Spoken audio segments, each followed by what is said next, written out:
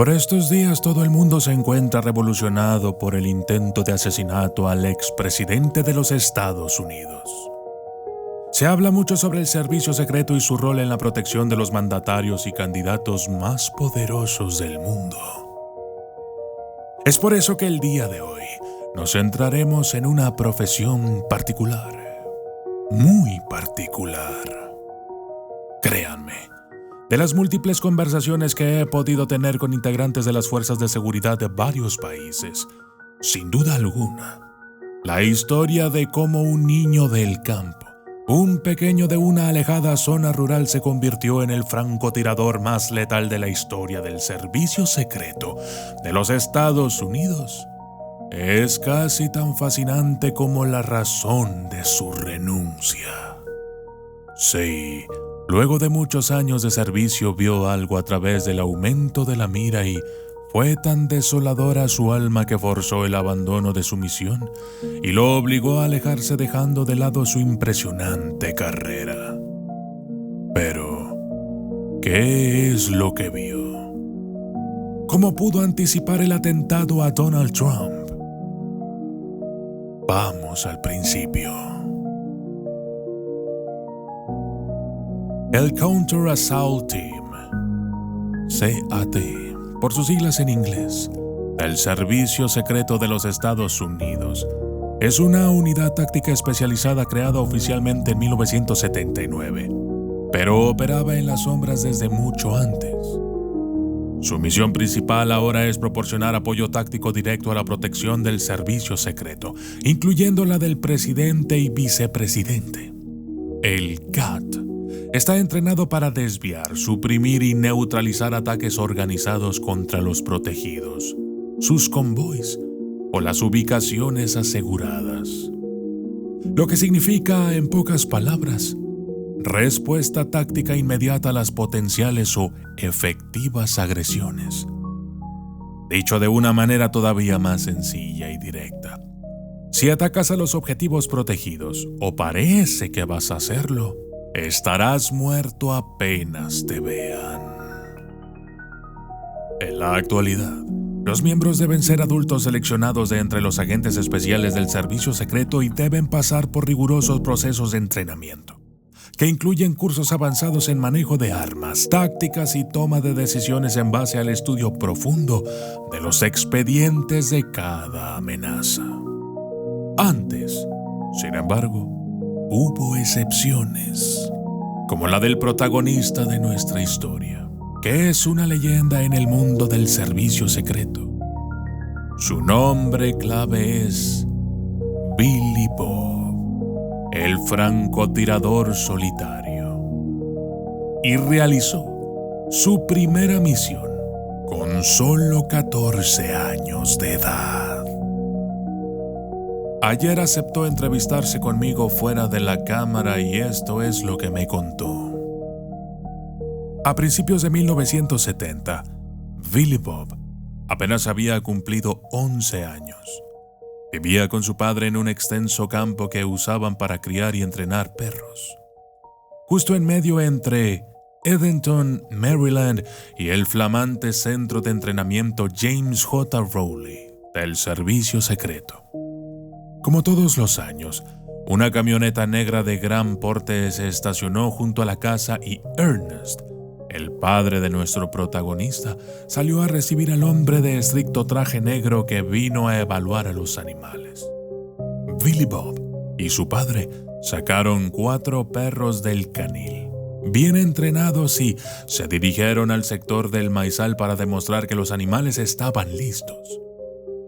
El niño llevaba un rifle calibre 22 colgado del hombro, algo bastante común por ese entonces en la región. El hombre del traje sacó 5 pequeños bolsos de la camioneta y se metió a la carretera entre las hileras y las plantas altas. Cuando salió, activó el cronómetro y el padre dio la orden. En menos de 5 minutos los animales tenían que encontrar y sacar del maizal los 4 bolsos que contenían explosivos, dejando el restante sin tocar. Lo lograron sin problemas. El hombre de negro pagó el dinero y estaba por retirarse con los perros, pero escuchó el primer disparo y no pudo evitar acercarse para comprobar si lo que estaba viendo era cierto. Resultó que el pequeño Billy Bob tiró 4 veces con su rifle y derribó las 4 botellas de refrescos que estaban sobre el viejo tractor John Deere a unos 120 metros de distancia. Una semana después el hombre de negro regresó y el pobre de Ernest pensó que venían a devolverle uno de los perros. Sin embargo, vio cómo el hombre sacó de su camioneta un poderoso rifle con una mira telescópica y un blanco con forma humana y pidió hablar con Billy Bob. Le dijo al pequeño: «Voy a alejarme media milla de aquí y pondré este blanco de entrenamiento. Si puedes acertarle en solo 3 intentos con mi rifle de francotirador, este va a ser un día importante para ti». El niño le preguntó: «¿Para qué lado tiene desviado el cañón su rifle?» «El de mi carabina está torcido hacia la izquierda», dijo. El hombre pidió verlo y comprobó asombrado que era verdad. Le dijo: «Mi nombre es Gabriel, el especialista Irwin. Escucha, Billy, si pudiste derribar las 4 botellas sin mira y con un cañón desviado, pondré el blanco más lejos, a 1 milla. Serán unos 1600 metros de tiro limpio, aunque el viento que hay te lo pondrá difícil». Ernest dijo que apostaba $5 a que su hijo acertaba al segundo disparo, que no lo haría al primero, porque el chico nunca había usado una mira telescópica. Cuando el blanco estuvo listo, el hombre de negro le enseñó al niño una técnica para que el retroceso de la culata no golpeara tan fuerte el hombro. Pero la lección se interrumpió por la expresión de alegría de Billy Bob, que gritó «¡Wow!» cuando miró a través del lente de aumento. El especialista le ordenó que hiciera silencio, que se preparara y que apuntara al blanco. Una vez que el muchacho se acomodó cuerpo a tierra y estuvo en posición, le dijo: «Antes de disparar, quiero que pienses que el blanco es un hombre, uno muy malo, que también está armado y apunta directo a tu padre. Si fallas, él muere. ¿Quieres que tu padre muera?». La respuesta fue inmediata. El ruido ensordecedor del disparo sorprendió a los adultos. Gabriel Irwin tomó sus binoculares y lo vio. Pese a la inmensa distancia, podía distinguir con claridad que el blanco había perdido la cabeza. Ahí empezó todo. Con solo 11 años, Billy Bob fue reclutado para un programa de entrenamiento especial. El escenario político internacional era complejo en aquellos tiempos y los Estados Unidos habían elaborado un plan para neutralizar amenazas en el extranjero y sí, algunos niños con habilidades especiales se utilizaron para las misiones. Podían entrar a otros países como turistas acompañando a experimentados agentes que fingían ser sus padres. La coartada perfecta que les permitía pasar desapercibidos. El especialista, Irwin, visitaba a Billy Bob con frecuencia para seguir de cerca su progreso. En una de esas oportunidades le dijo al niño: «Muy bien, pronto tu futuro cambiará por completo. Tu país te necesita. Veremos entonces si puedes resistirlo. Si estos 3 años de entrenamiento te han dado lo necesario, las botellas y los blancos no sangran ni piden a gritos que los ayuden cuando están heridos. Vamos a ver cuánto aguantas. Porque recuerda, nadie mata sin morir un poco». Un mes después, al cumplir los 14, tuvo su primera misión como francotirador solitario.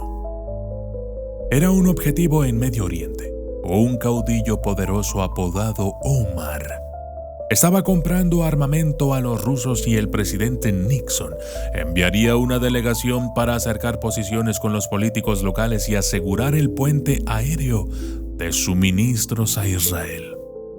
Pero temían un atentado. Así que un transporte dejó a Billy Bob en la noche a kilómetros de la propiedad de Omar. Caminó hasta la cima de la colina que le permitiría un tiro limpio a través de las ventanas. Debía realizar el disparo y certificar la muerte de Omar para luego abandonar el lugar hasta el punto de extracción.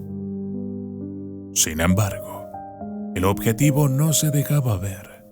Por los vidrios y las luces prendidas observó a mujeres, niños y soldados de distintos rangos, pero le llamó la atención una anciana con un vestido largo tradicional de la región. La mujer se quedaba en la ventana esperando, orando y esparciendo cenizas. Omar llegó casi al amanecer.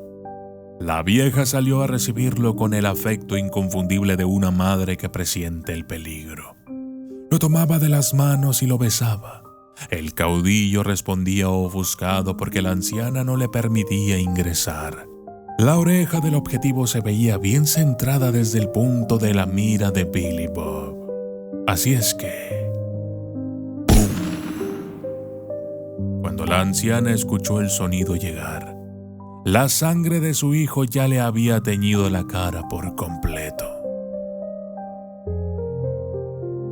El francotirador solitario fue extraído del lugar y regresaron de inmediato a los Estados Unidos.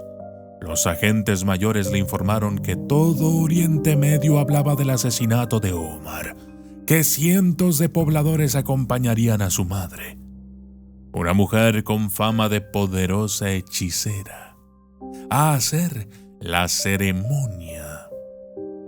Así llamaban a un conjunto de venganza para hundir al asesino del caudillo en brazos del mal.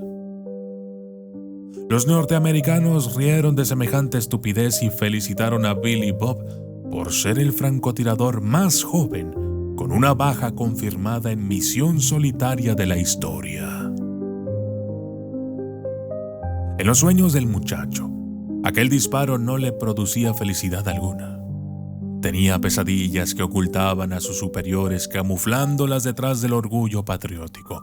Pero sí, cada noche al dormir la veía aparecer. La anciana tenía la cabeza agujereada de su hijo en los brazos y lo miraba fijo diciendo: «Para maldecirte tuve que hacer esto en la ceremonia». Y le muestra que se muerde la propia lengua hasta cortarla. Así lograba la pronunciación exacta que el conjuro requería.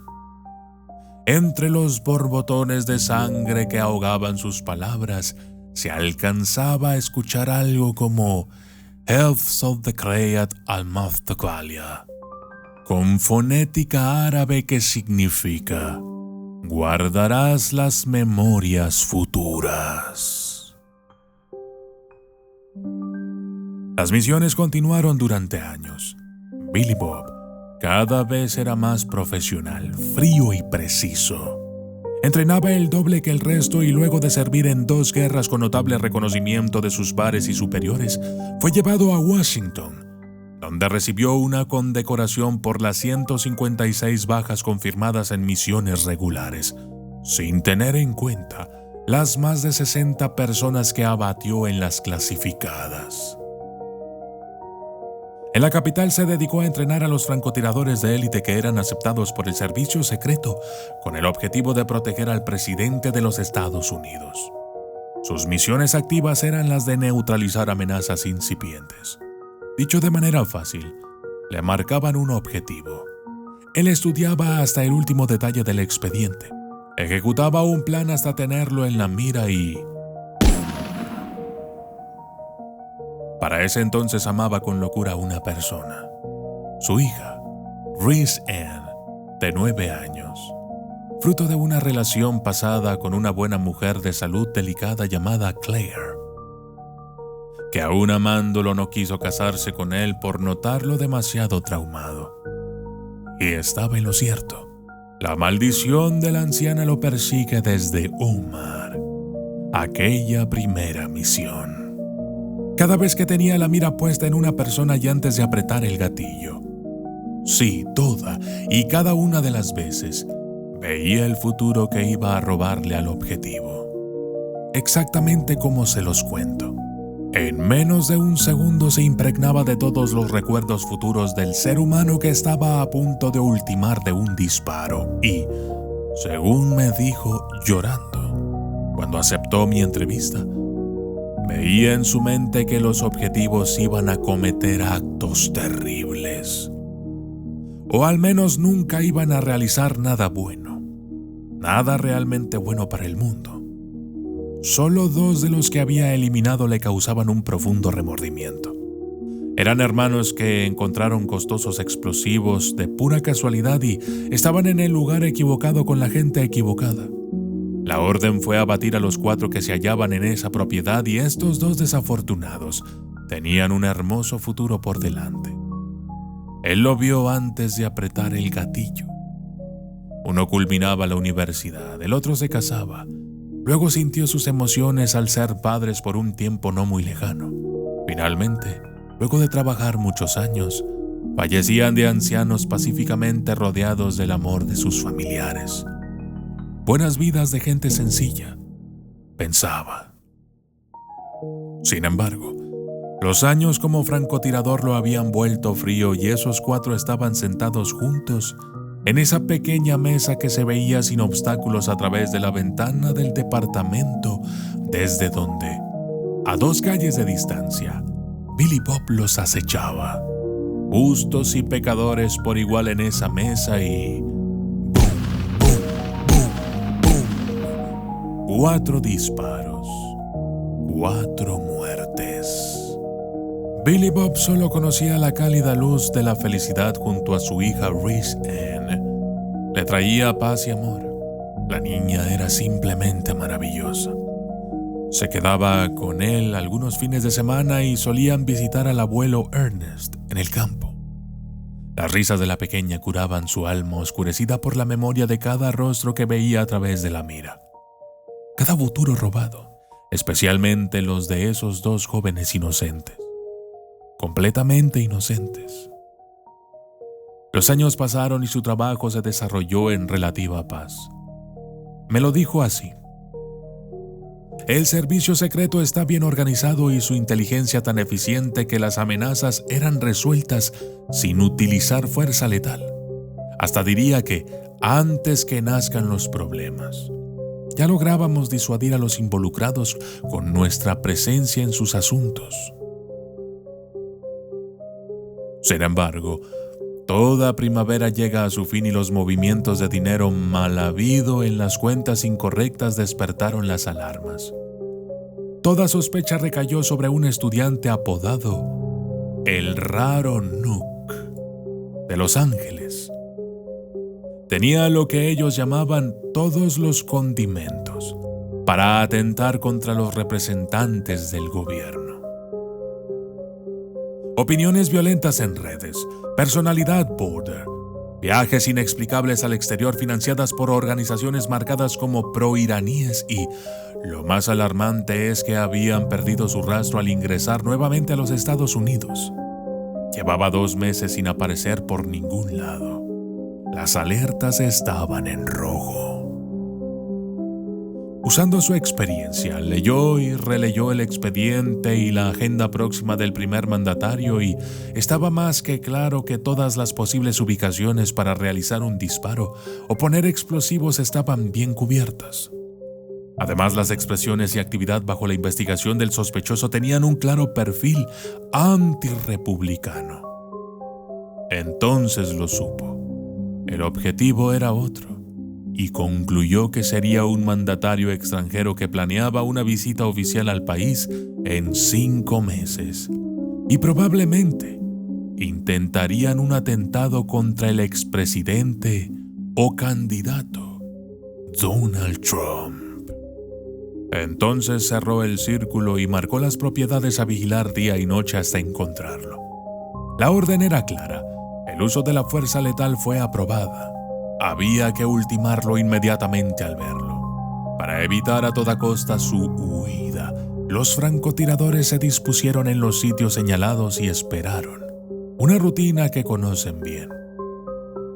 Fiel a su costumbre, Billy Bob fue en solitario a apostarse sobre una azotea con vista directa a un taller mecánico marcado por sus conexiones con las organizaciones terroristas.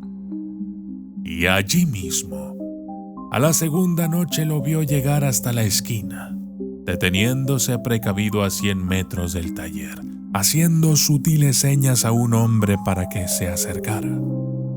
Había demasiado tránsito peatonal para disparar. Debía esperar el momento preciso. Avisó a Central y le ratificaron el código. Luz verde ante la posibilidad de un disparo limpio. Exhaló el aire para bajar sus pulsaciones. Calculó la distancia, el viento. Acompañó cada paso de los transeúntes para adivinar el tiempo que tiene entre la pareja que va de la mano y los adolescentes que caminan mirando el celular. Entonces encontró un blanco directo y, al presionar levemente el gatillo, las memorias futuras de el raro Nook lo envuelven y puede ver lo que hará si no lo mata. Primero lo observa detonando una mochila a distancia en el evento del presidente extranjero, huyendo entre los llantos de cientos de víctimas muertas y heridas. Luego lo ve planeando un tiroteo al candidato presidencial Trump, en lo que parecía ser Pensilvania. Hay iraníes aportándole el dinero. Luego ve al raro Nook en otra acción futura, disparando a distancia con un rifle directo a la cabeza del candidato presidencial, asesinándolo en el acto. Finalmente puede ver sus últimas horas. Policías lo acribillan cuando huye del lugar y lo trasladan con muerte cerebral directo al hospital, donde lo reciben médicos que lo declaran fallecido legalmente y le hacen una ablación para sacar su corazón y ponérselo a la joven que espera el trasplante en la camilla de al lado y la reconoce al instante. Ella es Riz Ann, su propia hija. En una milésima de segundo debe decidir y lo hace sin dudar. Levanta el rifle un poco y efectúa el disparo que pega directo en la pared, muy por encima de la cabeza. Ha fallado a propósito para advertirle a ese infame hombre y permitir su huida. Desconsolado, presenta la renuncia inmediatamente y sin dar explicaciones va a la casa de Claire para encontrarse con Riz Ann. La lleva directo al hospital central y ven a un cardiólogo tras otro. Todos le dicen lo mismo. La joven es perfectamente sana, su corazón está fuerte y nada hace suponer que pudiera necesitar un trasplante. Uno de los doctores reacciona mal ante la insistencia y le dice: «Mire, señor, su hija no requiere ninguna atención médica, pero usted debe ver a un psiquiatra urgentemente». Las pesadillas no cesaban. La vieja mordiéndose la lengua con la cabeza de Omar en los brazos, conjurando contra él constantemente. Veía el rostro de cada objetivo, cada muerte, los atentados y el trasplante de Riz Ann. Todo eso consumía su mente por completo. Pensó que todo era su culpa, por haberse convertido en una fría máquina de matar sin alma. Debía solucionarlo. Debía pedir que anulen esa maldición. Entonces un ex compañero del servicio, preocupado por la salud de Billy Bob, cumplió en traerle copia del expediente del seguimiento del caso de Omar y su familia. La madre, la vieja hechicera, había muerto muchos años después en El Cairo, donde todavía quedaba la hermana del caudillo, una señora de unos 70 años que también se dedicaba a la hechicería y era muy respetada por todos. No tenía ningún vínculo con movimientos armados y hasta había visitado los Estados Unidos 2 veces en la década pasada como turista. No tenía duda alguna. Debía verla, implorar su perdón y de esa manera esperaba que pudiera salvar a su hija de la futura enfermedad de su corazón. Pese a la insistencia de Claire, su padre Ernest y de Reese Ann, que le decían una y otra vez que estaba sana, el francotirador fue en solitario hasta Egipto. La hermana de Omar se sorprendió por el llamado, pero aceptó recibirlo en su casa de El Cairo. Al llegar, Billy Bob se deshizo en lágrimas y le contó todo, arrodillándose y suplicándole que lo perdonara, que anulara la maldición y su hija no tuviera que sufrir. No importaba si debía pagar con su propia vida. La respuesta de la mujer lo sorprendió. Ella, con suma amabilidad, le dijo que nada de lo que él pensaba era cierto. Le contó que su madre, si bien era una ritualista consumada, fanática de las tradiciones y las formas antiguas de su cultura, no efectuaba maldiciones. De hecho, le mostró un video junto a la anciana filmado unos meses antes de su muerte. La mujer hablaba con perfecta normalidad. Nunca se había cortado la lengua. Para acrecentar más la sorpresa, la señora le hizo una confesión. Fue su propia madre la que aportó la información para que los Estados Unidos arrestara a Omar. Realmente nunca quiso que mataran al hijo, pero sí necesitaba entregarlo porque el caudillo estaba totalmente fuera de control y no solo quería hacer estallar los aviones norteamericanos. También había mandado a ejecutar a uno de los hermanos de su madre junto a 2 sobrinos pequeños de la anciana. Incluso la anciana le había confesado más de una vez que ella había acordado con los agentes de los Estados Unidos que esperaría a Omar para salir a su encuentro y que lo detengan antes de ingresar a la casa porque no quería que sus nietos presenciaran la escena. Al terminar, la mujer le dijo al francotirador: «Mira, en nuestro país de origen tenemos un dicho ancestral para las personas como tú. Dice: no hay niño lo suficientemente grande para hacer más daño a otro del que se hace a sí mismo». Y creemos profundamente que la guerra no convierte a los pequeños en hombres. Por el contrario, los destruye. Y tú eras eso cuando te mandaron a matar a Omar. No importa si lo merecía o no, pero el mayor daño te lo hiciste a ti mismo, porque eras solo un niño. Busca ayuda profesional y espiritual. Nada puedo hacer por ti, más que darte mi bendición y desearte paz. 2 meses después, la medicación lo tenía bastante controlado. El psiquiatra había acertado en todo. Le explicó que las visiones que el hombre consideraban una maldición tenía una sólida base de elementos reales aportados por el análisis exhaustivo de los expedientes de los casos. Por eso le parecían tan reales a su mente, porque de hecho el 90% de lo que veía antes de matar eran conclusiones lógicas del análisis profesional que efectuaba, solo que se le presentaban en forma de alucinaciones a la hora de disparar. Billy Bob entendía ahora que su hija estaba completamente fuera de peligro, que era su propia mente, dañada desde los 14 años por aquella primera misión, que durante mucho tiempo le sirvió para brindarle tranquilidad al decirle a través de la falsa maldición y sus visiones que los objetivos se lo merecían.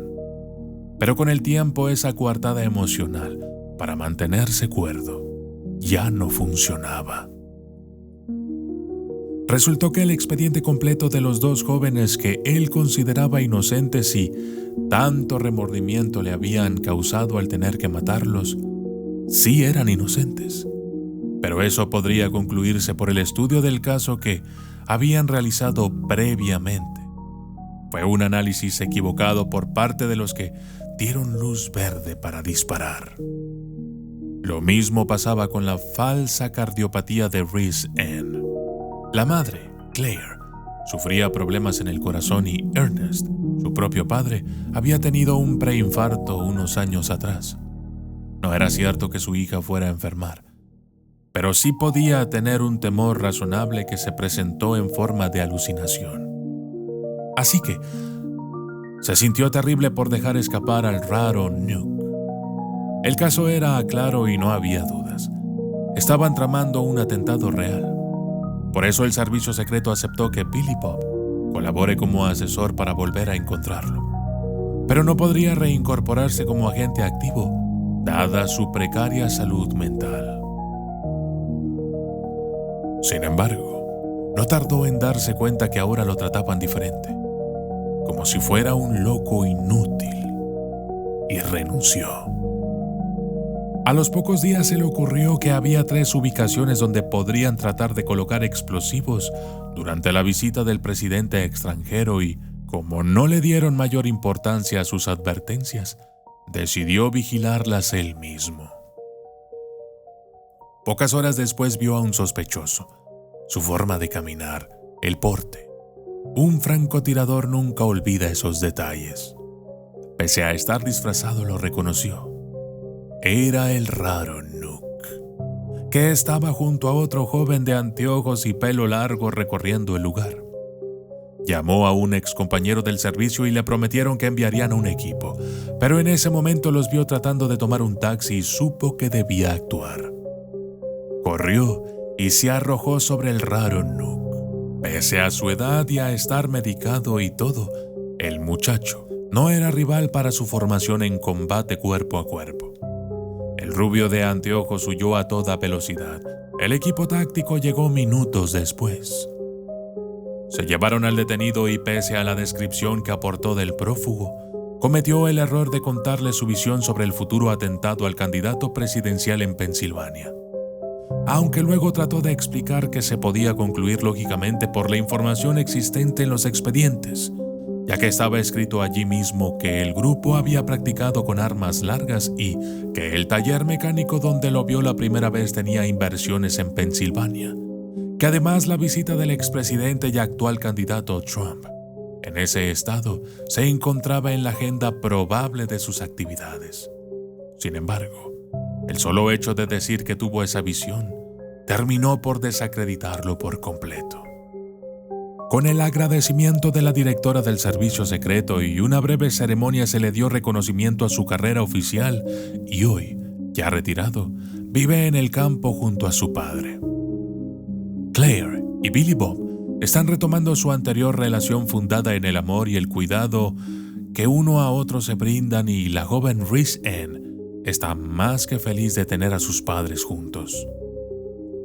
Cuando Billy Bob vio por televisión el atentado que sufrió el expresidente Donald Trump en Pensilvania el pasado 13 de julio, se lamentó por no haber estado en servicio activo.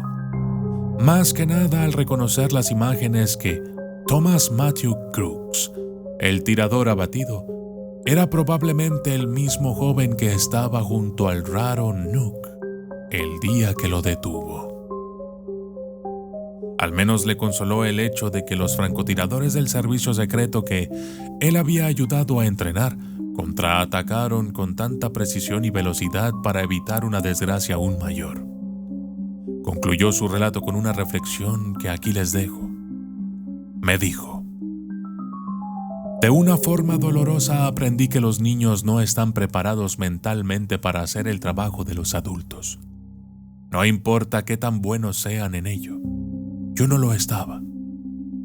También agradecería que la sociedad escuchara más a los veteranos que hemos servido al país en combate y atravesamos problemas de salud mental. Después de todo, el especialista, Irwin, tenía razón. Nadie mata sin morir un poco. Y yo soy el documentalista. Y esto fue el francotirador del servicio secreto. Como una maldición salió a la luz y salvó a Donald Trump.